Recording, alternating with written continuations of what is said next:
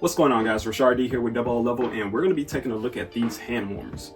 It's about that time of the year, or if you're in a place where it's always cold, then you may want to get you some electronic hand warmers, so you can put inside your gloves, or you can just hold them to help you warm up. So let's open this up, take a look at it, and then we'll go over the specs. You'll see that you have two hand warmers, the charging cable here. These things are smaller than I thought.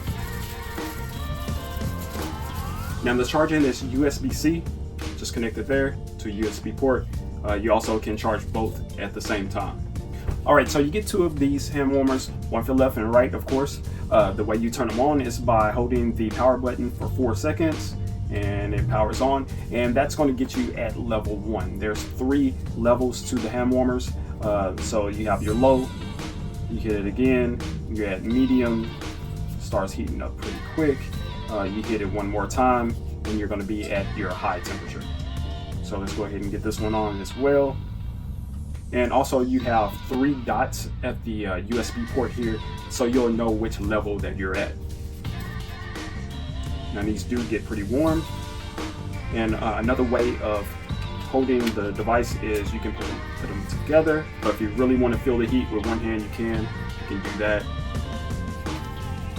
It's really cool, really cool. And once again, this is small enough that you can insert it in your glove, and that way it'll heat up that way as well. Now the battery capacity on this is going to be 2600 milliamps. That will take you about 3 hours to fully charge, and this will last up to about 6 to 7 hours on high temp, and then on your lowest temp about 12 hours or so. So this is going to be the electronic hand warmers.